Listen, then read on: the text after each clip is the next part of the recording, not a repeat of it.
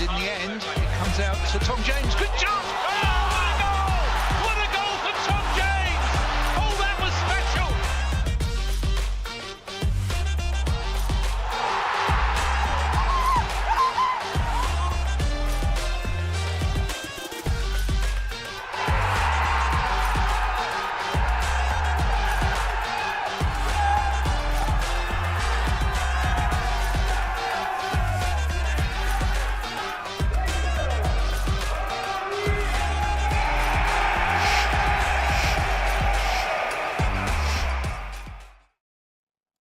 Well, good afternoon and welcome to Orient Live. Don't cry because it's over, smile because it happened. It's the final game of this League One season and the O's are travelling to Shrewsbury Town and it's Matty Harold's final game involvement for Leyton Orient as he's off to Bournemouth this summer, but he'll be taking charge for this afternoon's game. And of course, don't forget, as it's the early kickoff today, there's no blackout, meaning you can join us for every single second of the action as the O's face Shrewsbury Town. And you can just head over to the Orient website and pick up your match streaming pass for this one. There's been a few changes, of course, but no change in the studio. We've got two beautiful faces with us this afternoon. We've got the most beautiful face, Andrew Butler, and an even more beautiful face in Brendan Pitcher. And of course, I'm Ollie Buck. It's a pleasure to have you. And how can you be most beautiful and then someone supersedes that? Let's not get into the semantics of things. You're equally beautiful, but what's even more beautiful is the game we've got on offer today. It's a dead rubber, I think, as dead as a rubber can be, but it's a chance to watch 90 minutes of football. Eh? Yeah, and a good way to round off what has been a fantastic season. I think let's be under no illusions coming up from League Two last season. I think we've really excelled and kind of outperformed where I personally thought that we would be. It's a really good springboard to go into next season as well. I think that's what these kind of games are about, looking at what we can do over the summer, heading into next season. And it just kind of puts our name in the frame for getting into perhaps playoffs next season. People will be looking at us and going, well, they had an excellent first season back in League One and kick on from here. And as I've just mentioned, Matt Harold is officially the man in charge. Richie, of course, is there, but that's maybe a little nod to someone who's been a fantastic servant to the club. The success he's had is incredible. He's been integral as a player back in 2018-19 and then as a coach in recent years. It'd be very sad to see him go, but in the perspective of today's game, might maybe see a little something different. There's obviously been a handful of changes, but on all fronts, it's exciting and it's nice to see, isn't it? Yeah, he fully deserves it. I think when he came into the club as a player, obviously right at the back end of the summer transfer window of Nigel and Kent's first season, it was kind of to be that target man, to probably play the last 20 minutes or so, be an impact sub. I don't think many could have foreseen him going on. Obviously played 3 seasons for the club, impacted up across the promotion winning season and staying up in League Two the season afterwards, and then going on and having a really successful coaching career and being part of another successful team in another way. So obviously goes down as a real key part of these last few campaigns where we've achieved so much success, and fully deserves kind of his day today where he can, nice nod, like you say, by Richie, to let him have the team, let him have a go at it, and hopefully the fans can give him a nice send-off as well at the end. Well, we will be giving him a little send-off, but he does, of course, go to join a Premier League club in their backroom staff. So extremely happy for Matt and that development in his career. But as Brendan says, we've got one more chance to see that beautiful man in the dugout. Everyone's beautiful today, we're full of love. But we have got one more chance to see him in the dugout as he leads the team, and we've got a chance to hear from him as well. Let's hear from Matty Harold now. Matty, your final game with Orient for now comes away at Shrewsbury on Saturday. How much are you looking forward to it? Because you're going to be taking the team, aren't you? Yeah, I mean, really looking forward to it. I have to firstly say just appreciate everything over the last few days. You know, it's quite humbling and lovely to just speak to a lot of people that I've got to know over the years, fans, staff, everything. So it's couldn't thank everyone, even you guys, enough for everything, how it went. So really appreciate that. But yeah, on to business. Obviously, the gaffer said I'm taking the game. I think it's more of, we'll obviously pick the team, all of us together, how we usually do, in talking about everything, obviously. We've got a couple more injuries, which isn't ideal. And yeah, taking the game ultra seriously, really want a result. But yeah, I'll maybe be a bit more front of house for a change, which I'm going to embrace and enjoy. And a game, you know what, I really, really want to win. I think it's been a little bit of a shame how things have gone since Exeter, because I think we're 2-0 up and then, you know, we don't manage to hang on, and then it's we're in danger of a really good season just flagging a bit towards the end. So one last push, it's a good game for us. And just want to go out of a win, and a big thank you to everyone. Top stuff there from Matty, and of course just another little reminder that if you're watching along live on our YouTube stream, then today's game is available to watch from wherever you are in the world. Just head over to the website that is on the screen now and pick up your streaming pass to watch along with Dave Victor and Matt Hiscock on commentary. But as I've already mentioned as well, there's been a handful of changes to this afternoon's starting lineup as Matty Harold looks to pick up the final 3 points of the season. So here is how the O's will be lining up. Our first change of the day, it's Sam Howes in goal, wearing the number 13. And then across the back line, on the left side of defence, we have Jaden Sweeney. And on the right side is Tom James. And then in the middle is Jack Simpson alongside Omar Beckles. Coming back into the side and wearing the armband is Darren Prattley alongside Jordan Brown. Leading the line is Dan Adji. And then the three in behind him is Ethan Galbraith, Zach Obiero and Dan Adu Adji. So that is how the O's are starting this afternoon, and just 6 on the bench for the O's with Solbrin, Dan Happy, Shaq Ford, Max Sanders, Rob Hunt and Charlie Pegram looking to come on and make an impact if called upon. Any surprises to those changes? There's obviously contract discussions coming up, so we don't know and we won't go into too much speculation on that, but a chance to maybe just give a game to some players that maybe haven't played much in recent weeks, like Dan Prattley coming back into the midfield. It'd be good for him to start see off this season. Yeah. No great kind of surprises because it's the last game of the season. Obviously, Sam Howes coming in for Solbrin is a big one because Bryn has played pretty much 95% of all the games this season, and he's been brilliant between the sticks as well. But obviously, he'll go back to his parent club at the end of the season. So nice that Howes gets a run out this afternoon. Dan Adu-Ajay there also will be going back to Bournemouth. I wonder if he'll be sharing his car with Matt Harold as well in the summer. And then it looks like Ethan Galbraith will be playing on the right hand side of a front three. And it's really nice to see Zach Obiero in there as well, having signed a new contract this week. So no massive surprises given the circumstances of this game, but yeah, when you look on paper how different this team lineup would have been from the start of the season, it's probably vastly different from the one that started the first game of the season. You stole my line about Dan Adu-Ajay there, but I think with Matt Harold in the dugout, I think he's got one eye on his next job. He's obviously the loan manager, I believe, at Bournemouth from next season. He's given a few minutes to one of his products, but we haven't seen many starts from Dan in an Orient shirt. When he has come on, he's looked lively, he's looked good, and he's got an opportunity to show his parent club in the best way possible what he's about. Yeah, absolutely. And maybe, he's talking about Matt Harold going in as loan manager at Bournemouth, getting a start today for Dan Adu-Ajay. Could be on the cards that he returns next season because, like you say, we haven't seen much of him so far. He's mostly been restricted to cameos. When he has, he's looked lively, he's looked bright, he's looked probably the better option out of him and Keon Edwards, and probably deserves that start on the left wing today with Ollie O'Neill obviously out the side. And you've touched on it already, but Zach Obiero starting. He started a lot recently, and I'm really warming to him. I don't know about you, Andrew, but he just signed a new year deal, as you've said. It's massive going into next season, and he's one who's probably making a case for Richie and PT, saying, "I want to start next season."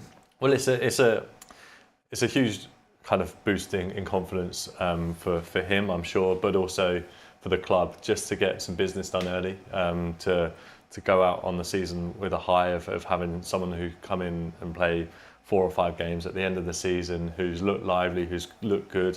He's kind of been at the club for a while, but it's certainly been his breakthrough kind of period of time since he's come into the team, since probably, March sort of time. So it's really nice to see him sign a new contract, get that kind of done early doors. It was really nice to see the pictures of him kind of growing up in an Orient shirt and then finally arriving in the senior team this week. So that was that was really, really good to see. And he's obviously not the finished product. He's still got work to do, but the best thing that you can possibly do as a young player is actually get games under your belt. And under Richie Wellens is a fantastic manager to develop through and with. So nice to see him get the 90 minutes. I think we'll probably have to wait for next season to see quite where he is fully as a player. But it's obviously going to give him a great deal of confidence to have a run of games at the end of the season and then sign a deal. It's now where you kick on, really. It's not like the finished bit, really, is it? You've got a few games under your belt and then you sign a contract. Okay, now I'm like a proper professional with my feet under the table at a club. It's now where you go, right, where can I go from here? Like, how can I progress? Well, we're looking into the future there, but let's just keep our eyes on today's game just for a second longer. And a little nod to the defence. It's a strong back four today. And considering maybe the goals we've leaked in recent games, Matt Harold spoke about finishing the season strong. We don't want it to completely tail off. We want to go out and put in a strong, solid performance. A clean sheet would be nice, and lots of goals would be nice too. Yeah, definitely. I think looking at the opposition, Shrewsbury don't score a lot of goals, so I think obviously you're looking at the clean sheet, that'll boost hopefully Sam House's confidence going into the new season, getting more minutes into the legs of Jack Simpson, who I hope is going to sign that extension and be here next season. More minutes for the likes of Tom James and Omar Beckles, who are the stalwarts, but probably the highlight of that defence for me in terms of making the team sheet is Jaden Sweeney, because I always like to see him there in that left back spot. I feel like probably hasn't had as many minutes as he would have liked this season, but feels like probably next season and probably the pre-season he's going to go into is going to be a big one for him, because he's getting to that stage of his career now where he'll want regular starts, and I don't think he's really ever let Orient down when he's played. So today's a big one for him, probably in terms of, like Andrew was saying about Obiero, in terms of going into next season. Can he put in a type of performance that kind of looks ahead to next season and says, I really want to stake a place in that side? Well, there's not too much riding on today's game, with both sides fate for the season sealed. So we thought it would be good to have a mini review of what has been a nice journey of a season. It's had its ups and downs. We've already said that on the whole it's been a very good one, but we're gonna go through maybe the key points. And the season didn't start great, did it? Really? No. There was maybe a few question marks over how our return to League One would go, and maybe some fears as well, it's fair to say. Yeah, totally. And what was it? 5 games without a win to start the season, with 4 losses. That's in all comps. I think one of those being a 4-0 loss at home to Portsmouth, and then it's suddenly one of those games where you're like, wow, this is a step up from League Two. I know people talk about the difference between League Two and League One not being that great, but when you come up against teams like Portsmouth, obviously the eventual winners, the eventual champions, and you get hammered 4-0 at home, it's like, right, okay, let's reassess and kind of adjust to how hard this league's going to be. But we've eventually got our first win against Cambridge, which was a fantastic game. We're going to come on to Portsmouth as well, but it's the game against Cambridge you mentioned, which I believe they were top at the time as well. And as we're going to see now, it was a really good performance more than anything else, wasn't it? Yeah, it was much like... It felt like Andrew's right about like the Portsmouth game being the rude awakening of going up a level, but this one felt more like the games of the previous season in League Two, where we just turned up, we dominated the ball, we dominated the chances, and we won very comfortably against the side who, like you say, were top at the time, but probably in a false position given where they have finished the season. But still, felt like that was the game that got us on track, got us our confidence back. Meant we need to make subtle tweaks and probably change about games where maybe like Portsmouth, where we can't just play our normal natural game like we could in League Two. But it's proved that against certain teams like Cambridge, like those teams at Brisbane Road, we could still dominate the ball and still produce those kind of comfortable wins like we did the season before. That second goal as well in that Cambridge game was a moment for me where I thought, okay, this might be all right, because it was Tom James taking a quick free kick through to Theo Archibald, 2 huge players in our League Two champions winning season, and they're making their step up, sealing the game in that fashion. And then the first goal was Jordan Graham squaring the ball for Shaq Ford, and it's like, okay, maybe this team is gelling together, and it's looking quite all right from now on. And it certainly did start to gel even further. I mean, it wasn't plain sailing, it wasn't easy per se. and I'm glad I've got you both in the studio today because we actually gave you the day off for the next game we're going to look at. And I think you enjoyed yourselves, it's fair to say. Any fans that saw you would agree.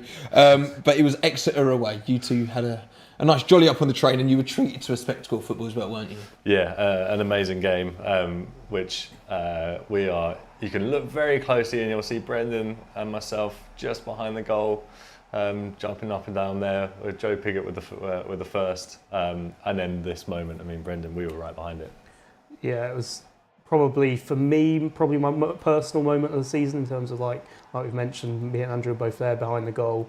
We had obviously that great season in League Two, but we didn't score many late goals, many late winners, or even late equalisers. To get that so early in the season in a game where it's probably forgotten about now, but we really did deserve to win that game. We were much the better side, and it felt like we were getting robbed a little bit to go into 90 minutes with one apiece. So for Real to come up with that goal in the 90th minute, it was particularly sweet.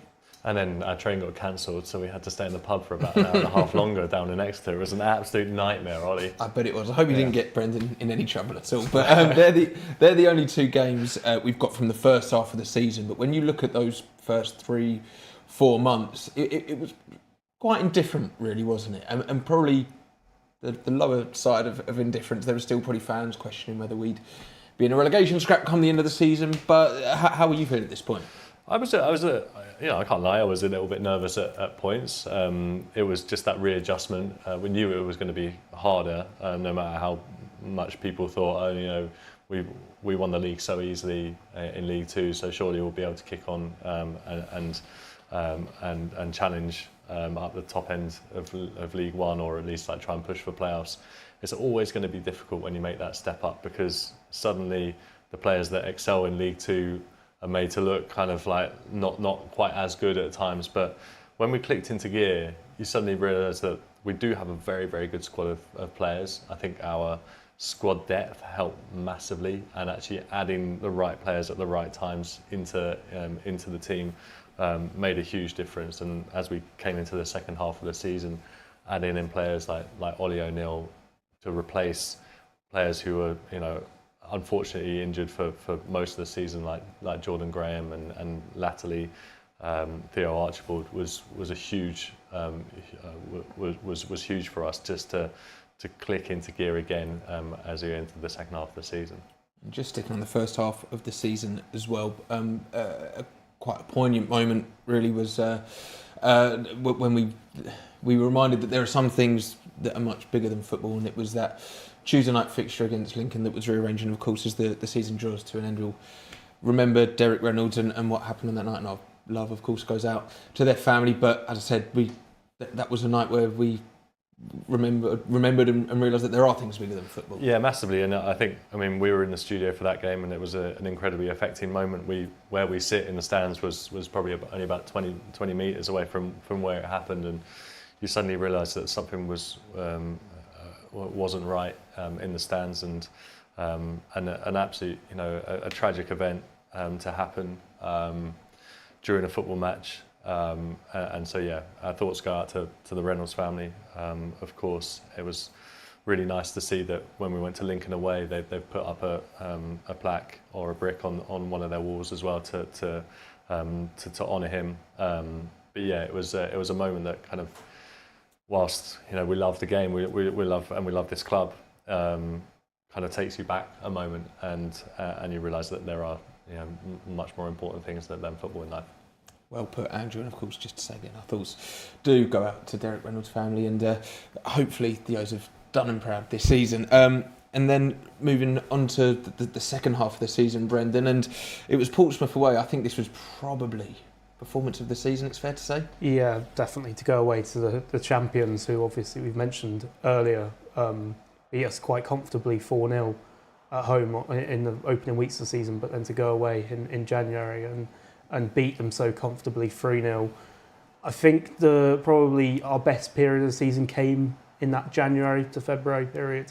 And I don't think it's much of a coincidence that it coincided with that man's return to the team in terms of Dan Adji, when he was fit and firing up front, he made a big difference. I think that's probably maybe gone under the radar a little bit in terms of our season as a whole. We lost two key players in the summer, and we brought in two marquee signings really in Jordan Graham and Dan Adjei, and they're still yet to take the pitch together for Orient. So it's been a difficult season in terms of Richie would have pinned a lot on those two in terms of the attack in the tent, the game plan, probably hindered other players in the squad in terms of maybe other signings that were brought in to play with those two. But when they've been on the pitch, both Jordan Graham and Dan Adjei, they've shown their quality, and if we can get them both fit and firing for next season, then they're going to be a real handful for League One defences. Let's talk about Dan Adjei, because I think before today, of course, is it something like 4 starts and 4 goals or something? His goals to minutes ratio would be very impressive. And as Brendan said, that period in that January-February time, we were dusting off big teams, ex-Premier League teams, teams challenging for promotion, as Bolton at home we did too. And Dan Adjei was the man who got the goal in that game. And it's just, hopefully we get to see him fully fit alongside Jordan Graham, both of them next season. But he was a big miss this season. Yeah, massively so. This goal was fantastic. Great pressing from Jayden Sweeney. We felt like we owed it to Bolton because they put 3 past us within 10 minutes just before Christmas, and we came back into that game to lose 3-2. But we were really good in that second half against them. Very good actually throughout the game against them at home. And there is something, when you play against teams that have been in the Premier League, that have been in Europe actually in our lifetimes. When you put teams aside like Portsmouth and Bolton, it's really, really pleasing. And yeah, I know that's kind of the nature of the football pyramid, is you will come up against big teams from time to time, but incredibly satisfying to get our own back on them after what they did to them, what they did to us before Christmas. Now, we called Portsmouth away probably the performance of the season. But as far as spectacles of 90 minutes, maybe 95 minutes of football go, Northampton at home. If we watched all the goals from this game, we'd be here all night. So we've only got the final one. But wow, the drama, the entertainment on show here. What a night this was in E10. Yeah, brilliant game of football all round, but then to round it off with that moment from Rel, and again, like I was speaking about earlier, in terms of we went through the whole of the League Two campaign without really scoring many late goals, but then to get that moment alongside the Exeter one at Brisbane Road, alongside the Cheltenham one, we've had a few really, really good moments. I think that one probably tops it in terms of the all-round Tuesday night under the lights, anticipating crowd. In terms of the game, it was a great spectacle, and to go and round it off like that was a real highlight of the season. That was my moment of the season. Well, for personal reasons, really. That talk about Tuesday night under the lights, but I so happened to be at that game with my brother, and we first started coming to Orient 25 years ago together, and it was the Tuesday night fixtures that we always kind of remember, because it was like, I can't believe we're getting to leave the house and like go out on a Tuesday night and go and watch Orient, and we just happened to be at that game together, and Ruel sticking that in 95th minute, 96th minute to win 4-3. I mean, disaster in terms of a defensive display from both teams in that game, but it was really, really nice to just it really took me back to kind of the reason why I support this magnificent football club. And let's give a little nod to not only the signings you made last summer, some of the young players, but also the ones that came in the January window. It feels like we're building a young, exciting squad here, and that, I think, Ollie O'Neill kind of epitomises that a little bit, and it was Oxford away where I think he got a goal and an assist. The team is young, it's exciting. We're signing hungry players who've got something to prove, and that's translating onto the pitch, isn't it? Yeah, and he's been a real game changer for us. I think whilst we talk about Dan Adjei and his form in January, actually the man who's kind of lit up the second half of the season has been Ollie O'Neill, an incredible signing, very, very bright future ahead of him, getting in a goal and assist in this game against Oxford, where Oxford were fantastic in the first half, or the first 20 minutes I seem to remember in this game, and it looked like it was going to be a really, really long afternoon, and we came out absolutely firing in that second half, and yeah, it was a brilliant performance, and really topped by that individual performance by Ollie O'Neill. I feel like I'm coming to you for all my moments of the season. This is up there. This one probably felt the best, actually, watching it live. Richie getting his first win over Steve Evans' Stevenage, obviously no longer there, so it'll be interesting to see how they fare next season. But this felt good, didn't it, Brendan? Yeah, definitely. In terms of Orient don't really have many rivals. We seem to have developed one with Stevenage over the last couple of seasons, and always means a bit more when there's a little bit of needle to the game. And I think Richie really always kind of gets up for those games. It's good to have a manager that's so passionate and to go there. And like at the time, we had an outside shot in the playoffs, but they were really needed to win to keep their playoff hopes alive. And we went there and pretty comfortably beat them with a sold out away end. So it was probably up there in terms of there's a little bit of spice to a game. What's interesting as well, we obviously watch the game from the studio. We rarely get to sit in the stands, but seeing there a lot of young fans following Orient home and away, there's been a bit of an uplift in energy. And Richie spoke about that when he came in. Obviously, winning the league helps, but it's good to see that the next generation of football fans aren't going to the Premier League. They're watching proper football. It's brilliant. It really is brilliant, and it's so encouraging. I think about 5 or 6 years ago, obviously when we were in the National League, you looked around and you're like, we're not really attracting young fans. Where are we going to find the next generation of fans come from? But then you go to away games now, and they're the ones like on the trains on the way up, making all the noise in the back of the stands. And you see like that footage was predominantly younger fans, so it's really great to see, and it's been an encouraging sign. Making you feel old, I guess. Massively so. Making me feel old. And then finally, our last game, three goals that are contenders for goal of the season. Cheltenham at home. Hopefully we can see some more of this today, but yeah, the goals speak for themselves. Yeah, exactly what you want to see. I think we spoke about at the time from end of season fare where there wasn't a great deal to play for, but it felt like we had a go a little bit, and like you say, these three great goals. I don't think I've ever seen Orient score three goals as good in one game before. It makes football look really, really easy when you see one game where 3 goals is of such high quality, and you think to yourself, oh, why can't they just do that all the time? To have one in one game is good, but 3 was remarkable. So it was up there with one of my favourite games of the season. Obviously, there wasn't much riding on it, and Cheltenham were quite poor, but we just stuck 3 incredible goals against them, and rounded off a fabulous season. Well, that was the season, and what a season it's been, and hopefully we can kick on next year as well. Now, we are very close to kick-off. We've spent a little bit too long reminiscing over the good times, but I'm going to very, very quickly run through the Shrewsbury lineup for you before we hand over to Dave Victor. And Matt Hiscock starting in goal for the Shrews is Marco Morosi. Across in the back three, we have Morgan Feeney, Joseph Anderson, and their captain, Shay Dunkley. Across the midfield is Tunmisi Sobowale, Jack Hinchley, Carl Winchester, and Malvine Benning. And then the 3 leading attackers, Tom Bloxham, Daniel Udo, and Jordan Shipley. So that's how the Shrews lining up. And on the bench for them is Harry Burgoyne, Jason Sraha, Tom Bayliss, Elliot Bennett, Jack Price, Ryan Bowman, and Aidan O'Brien. Right then, of course, as I've already said multiple times, today is available for you to watch from no matter where you are in the world. UK and international fans, just head over to the Match Centre on the club website to pick up your streaming pass to listen along and watch along with the 2 beautiful men. They can have a compliment as well. It's time to join Dave Victor and Matt Hiscock.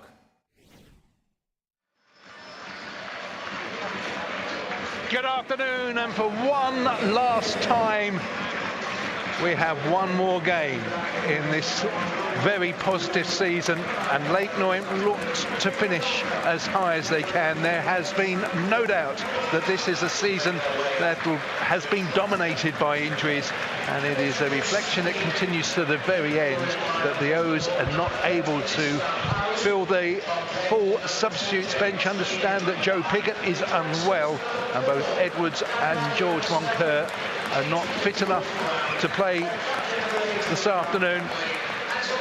A former club of both Omar Beckles and Richie Wellens. He was a player back in 2014 here. The O's making a couple of changes with Sam Howes in goal, and he goes over.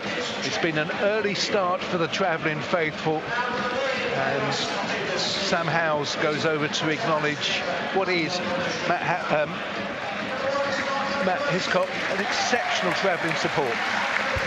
Yeah, decent, no doubt about it. A dead rubber, let's be honest, it is what it is. But yeah, a good, I would say, 350, 400 O's fans in that away, and maybe a few more come to support the team for the last time this season, and hope that they can put on a decent performance and hopefully that win. The O's started the season with 3 straight defeats. They want to avoid ending with a similar situation.